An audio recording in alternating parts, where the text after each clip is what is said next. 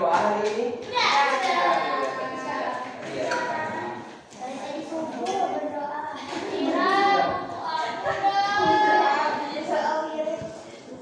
Okay.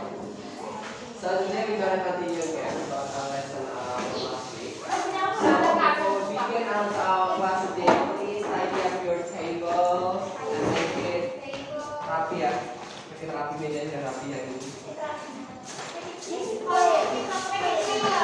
And make it clear, please. Make it clear, clean. Ya? Nanti ya. Okay.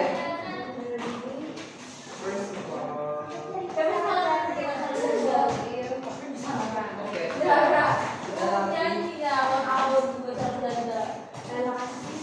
Okay, then this is time that we go on. Okay ya.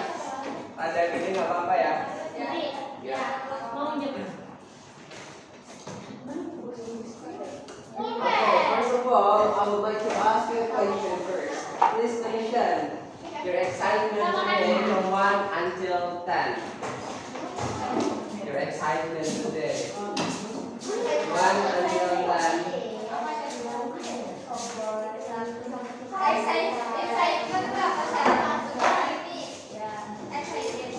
Ya, excited or excitement. Keselamatan kalian lah.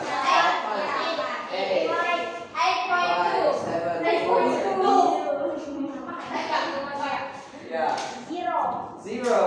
Okay, just we're not excited today. 0 plus 1. 0 plus 1. Okay, so guys, today we're gonna do recalling memory based on previous material. Okay. So first of all, I would like to give you a question, and each of you need to answer this question.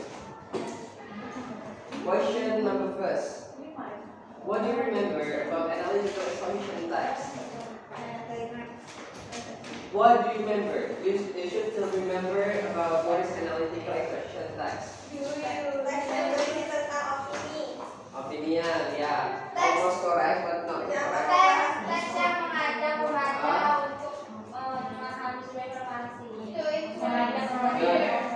Sudah setuju yang menulis influence the reader. Influence other readers. Ya bisa. Any other again? Another? What is the answer? Okay, question number second. And then what is text in your opinion? Kumpulan kata. Kumpulan kata. Kumpulan kalimat. Kumpulan paragraf. Kumpulan paragraf. Yeah, text. Ini article first. And then what is analytical? Apa yang tulis? Okay, and then to analyze something. Okay, so. Any others idea about what is analytical means? Menginfokan, mendeskripsikan sesuatu, to analyze. Yeah. Okay. And then question number 4. And what about exposition?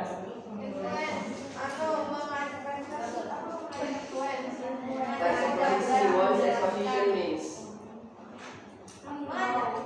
Influence. Influence, yeah. Text that influence the readers about something. Okay. Nextnya, we're gonna have a question again. And then in the previous study, you've learned about analytical and also statutory. So what is the difference between two of them? Analytical itu pendapatan. From the point of view the writer, ya. And then what is statutory? Itu mengajak. Ngajak. Yang diajak siapa? Pembacanya untuk apa? Untuk melakukan apa yang dia inginkan. Jadi Miss izin, nanya, siapa sakit kan? Ini siapa? ya. Izin dulu siapa? Miss mau izin manggil siapa? Izin dulu. Izin saja. Izin saja. Hah? Cepat mana aja? Jadi apa? Apa? what is the difference between analytical and rotatory? Analytical is what? And rotatory is what? Kritis just from the point of view ya of the writers. And then rotatory ajarkan also the readers to do something that suggested by the writer. And then question number second, what is the function of analytical exposition text? What is the function, by the way? Function. The function of analytical exposition text. Readers ya, untuk readers. Any other idea? Ada lagi kira-kira? Mau tahu info? No information bisa juga. Good.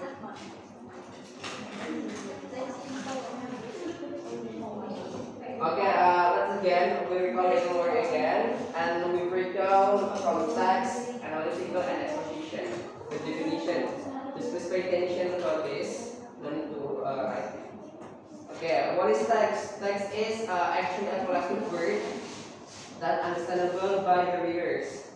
This is actually text. Yeah.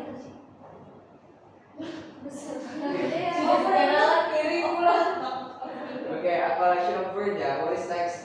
Text is a collection of words or letters.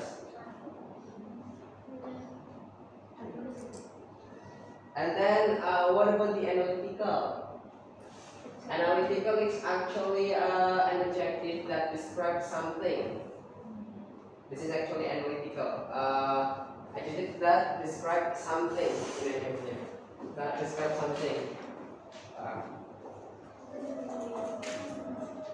And then what about expositions? Exposition text is actually become a text that explains and persuades the readers. In this part, actual exposition had to division that is analytical and also rotatory.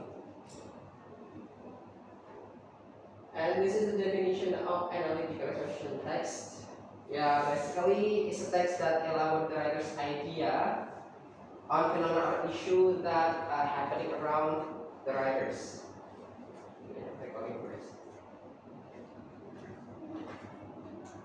Okay, we still remember about the part of analytical exposition text. What is thesis means in analytical? What is thesis? Isi dari topiknya. Yeah, like one idea, right? And then what is argument? Argument. Opinion from the writers. Yeah, it's from an idea. And then what about reiterations? Conclusion, yeah. Reiteration is actually the same as conclusion. But what makes it different between analytical and rotatory in this part? If in analytical, summarize dari semuanya itu. Kalau misalnya di rotatory dia ada ditambahan caranya. Apa sih? Cara mengajarnya. Okay, so basically in rotatory is actually the same name, but at the end not called reiteration but suggestion. Rotatory suggestion. Yep. Yes. Okay, yeah. This is basically, let's break down again. But thesis, argument, and reiteration. Thesis is basically a section that introduce the main topics. So basically, like topic that discussed by the writers. And then arguments is basically kind of the opinion from the writers to show a case from thesis.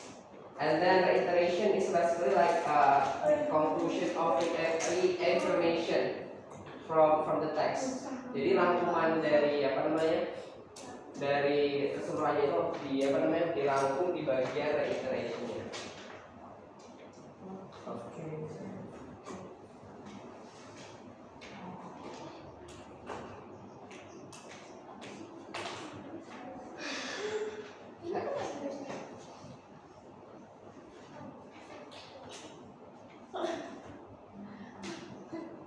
Okay, so then we go discussing more about simple present tense. Okay, what do you know, guys? What is simple present tense?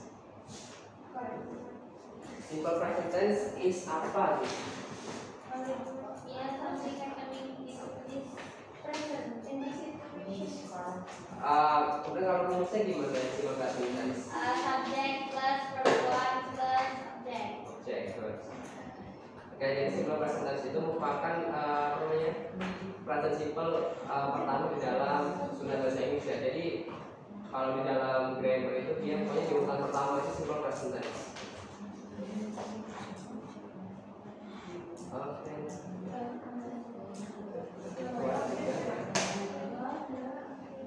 Kemudian this is like a simple present tense form. It's actually has rumusnya itu ada di subject plus verb 1 plus s or es, ya kan? For example, forest becomes subject and then fires. Forest fires become subject, destroys become verb 1 plus s, and millions of years become apa namanya keterangannya. Kemudian if make it into negative, so after subject ditambahkan dengan kata John atau doesn't. Kemudian di question di awalnya diawali do atau does ditambah dengan subject plus verb 1. Ini ada contohnya. Contohnya di kata do forest fires destroy millions of acres each years. Kira-kira kapan penggunaan do dan kapan penggunaan does di sini? Kalau do itu subjek yes. Kalau does itu she it. Okay, good. Kalau and then ini John and doesn't. Berarti she it don't I with it. Good. Nah, ini ya sudah rumus saya jadi.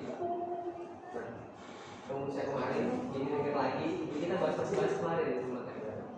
Nah, jadi di sini ya di kata you, he, and they, and he, she, it. Di kata he, she, it, di kalimat positifnya dia ditambahkan s, ya kan setelah kata kerjanya. Kemudian untuk kata negatif after subject, yakni I, you, they, she, it, ditambahkan John atau Jason, and then keterangannya, subjeknya, objek. Kemudian in a question, di question itu do digunakan untuk kata I, he, they, and he, she, it using does.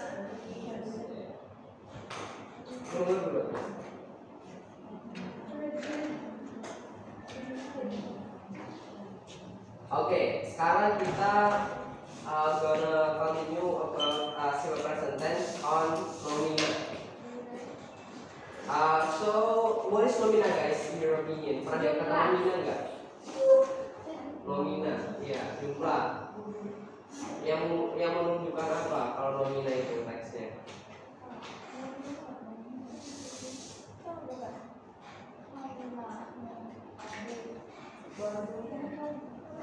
Apa nomina apa kira-kira?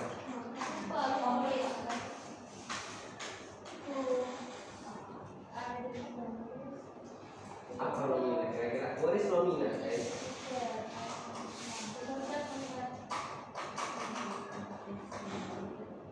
Kira-kira what is nomina? Jumlah.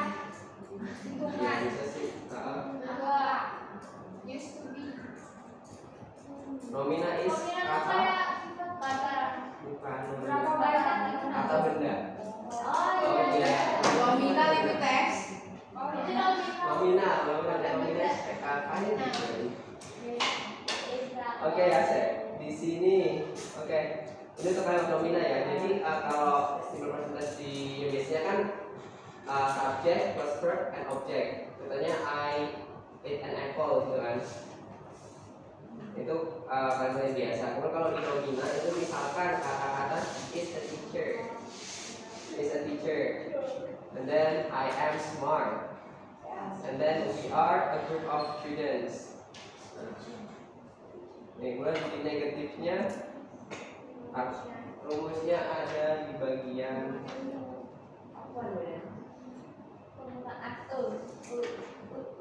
subject plus to be plus not plus complement. Jadi perlu di. Pokoknya pakai is. Ya. She is. Yes. Yang bukan kata kerja kan? Ya bukan kata kerja. Kalau yang kerja kan ada istilahnya itu ada apa ya? Ada yang dilakukan ya kan. Kalau di kata nominal dia istilahnya kayak gini, misalkan is the food delicious? Am I right? And then are you a doctor? Okay, so basically in nominal sentence in a positive way is start by subject plus to be plus complement. Complement di sini bisa berupa noun, adverb, or adjective. Bisa kata benda, adverb, dan juga kata sifat or adjective. For example, he is a teacher. To be-nya is and are, kan? So itu ada is and are and was word. Is and are was word. Tuh ada 5. Oke, di sini kita bahas 3 dulu. Contoh kalimat negatif. Kalimat negatifnya yakni subject plus to be plus not. Jadi setelah to be-nya yakni is and are itu ditambahkan not. Jadi is not, are not, am not, dan lain sebagainya. Kemudian di kalimat interrogatif, to be is and or are plus subject plus complement. For example, if you want to ask me something about the taste of the food, you could say, is the food delicious? Nah, is ini to be-nya, the food itu ada subjeknya, complementnya adalah delicious or not, ya kan? Is the food delicious? Kemudian kalimat keduanya, am I right? Am I right? And then are you a doctor? And then in the WH question, ada pertanyaan misalkan what is your name, ya kan? Nah, jadi di awal dengan WH question first, and then add to be is and or are plus subject plus interrogative ini. Misalkan you would like to ask me about the name, ya. So you could say what is your name, gitu. Who is that boy? Where am I?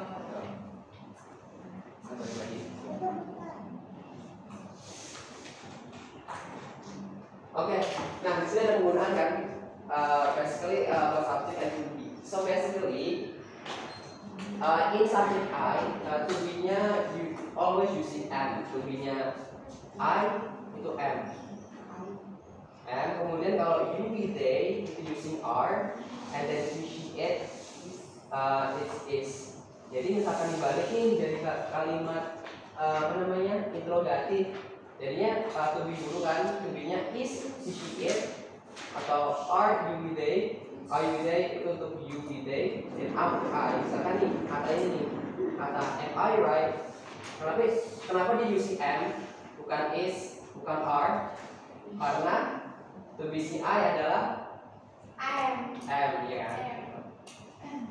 Ini kan udah segini. Jadi I itu to-be-nya am, you to-be-nya are, he it to-be-nya is.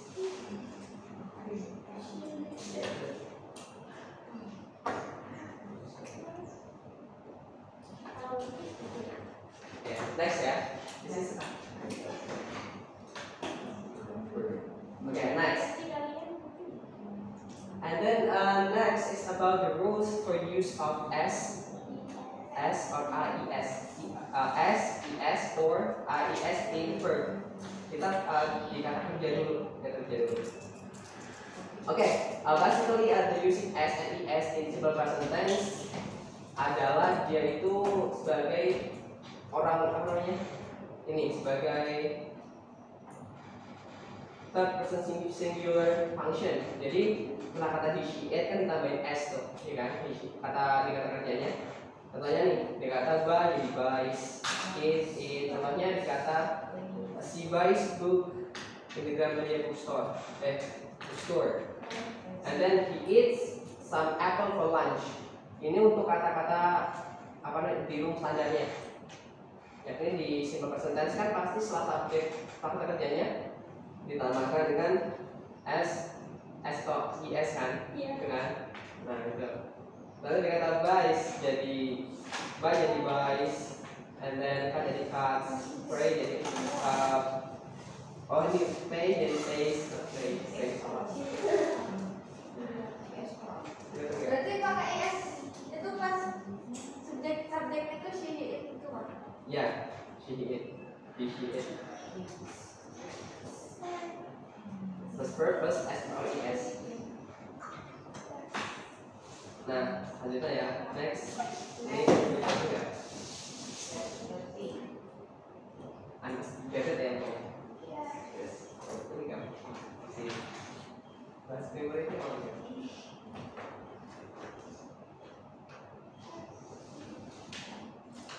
Next ya, next. Ya. Oke. Sekarang penggunaan IS ya. IS in verb. Jadi IS itu diganti IS itu ketika kata kerja itu diakhiri dengan endingnya SOCH, SH, X, and Z. Ini. Jadi ketika akhiran dari hurufnya tuh ya di kata-kata ini S, O, C, H, S, SH, dan X, and Z itu dia jadinya jadi kata ES. Misalkan nih kata fix, di sini fix, jadi fixes, and then finish jadi finishes, dan kiss jadi kisses. Pokoknya ketika dia akhirannya adalah S, O, C, H, S, H, X, and Z itu ditambahkan IS. S, O, J, H apa yang tertutup? S, H, O, X, and Z. S, H, X, O, S, O, T, H, S, H, X, Z, and the end is Z. Is Z.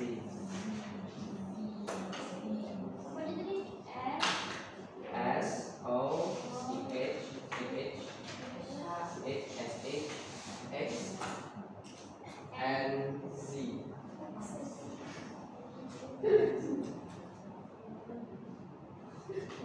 Itu penggunaan IS-nya itu di semua subjek kan? Atau ada sendiri? Di initiate only. Initiate only. Oh, kayak For example nih kata he, she, ya kan he, she finishes his work at 7 o'clock, ya kan? Ini kan saya finish karena di using subject he, so at es after finishnya. Karena H ini kan masuk di ini di kata S, D, H, S, H, ya kan? At S ini kan S nya dia menggunakan IS ini.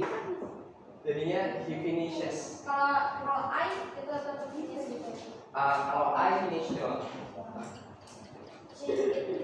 Cuma dikata he, she, it. Kemudian dikata my mother, kalau my mother dia pakai IS. Karena kan my mother itu statusnya sebagai she kan, dia gitu. Kalau Tony juga he kan, jadi he kan. Tony fixes broken walls gitu. Jadi agak sini. S, O, C, H, S, H, X, and Z. Him itu ibaratnya dia pronoun kata ganti. Kata ganti.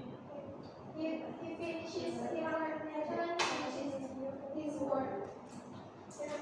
Yes. His work. Yes. His work.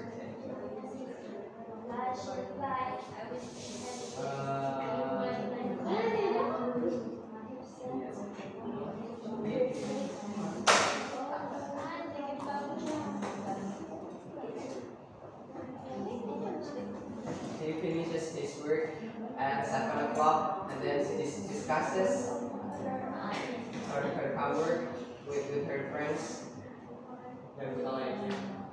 Ini ya, jadi the use of ES itu diakhiri dengan S, O, C, H, S, H, X, and also Z. Kemudian next the ES itu di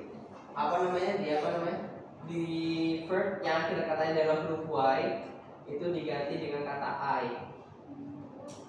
I when ES and ES ada ya ES ES kan ES ya ES ini kan di kata ES juga. Nah, di kata-kata kalimat Y di Y ini di kalimat Y ini di Y ini kan di kalimat Y ini nah Y nya jadi I jadi I jadinya ES katanya di kata ini di kata fly ya kan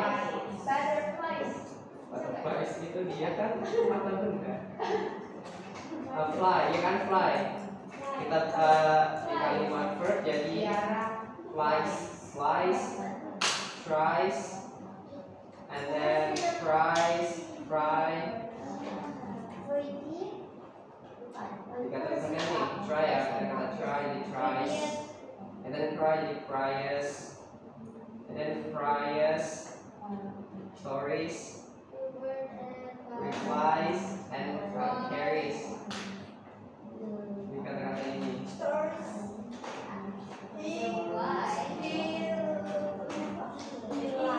kira-kira ini kan ditambahin ES kan kata-kata ES ini kan nah karena dia hurufnya jadi Y atau Y itu Y nya dijadikan I di subjek issue it contohnya yang selanjutnya ya ini she cries because her cat died this morning.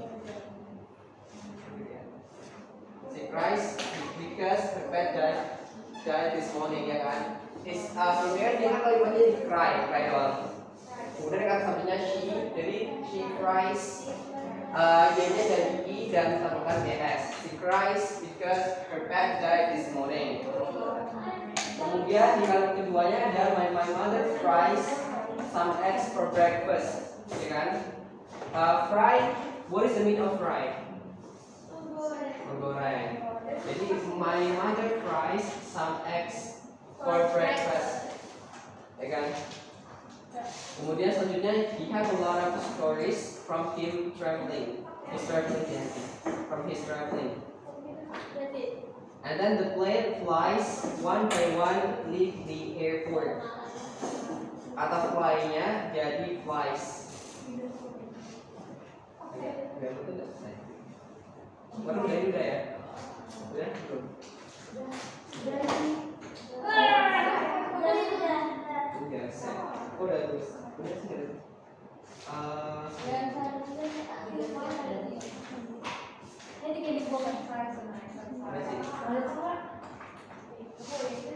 Oke, so dari sini masih ingat kata-kata yang jadi S, IS, AIS di dalam apa aja gitu? Ya, invert. Ini di invert. Sebenarnya ada banyak sih, ada di kata-kata benda juga ada.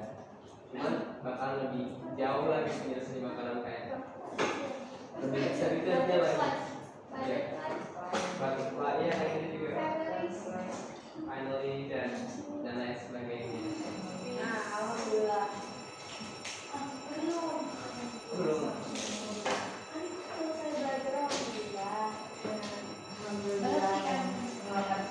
Oke, kemarin kan ada tugas kemarin ya, udah selesai. Ini semua sih yang boleh.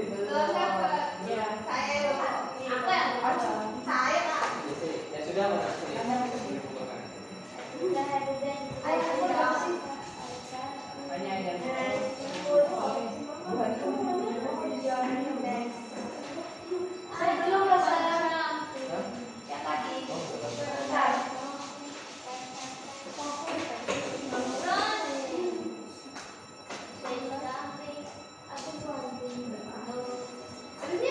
Apa?